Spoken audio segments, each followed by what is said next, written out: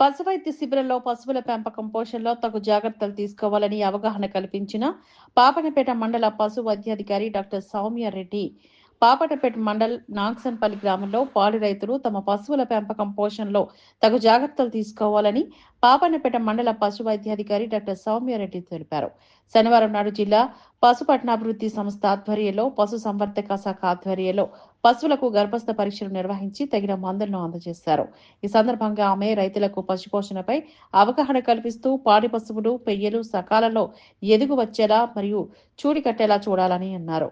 మరియు ప్రతి పశువుకు వ్యాధి నిరోధక పోషణ గురించి వివరించారు.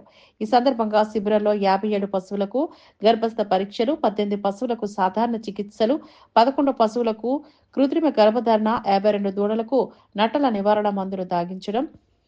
ఈ కార్యక్రమంలో doctor Nagarjuna Patil, junior veterinary officer Satish Kumar, Salabuddin Gopal, Shivaji, Suresh, Gopalamitra supervisor Srinivas Reddy, గోపాలమిత్రుడు సరబుద్దీన్, సాయిలు, బాలరాజ్, సిబ్బంది, యాదయ్య, సుధాకర్ తదితరులు ఈ కార్యక్రమంలో పాల్గొన్నారు.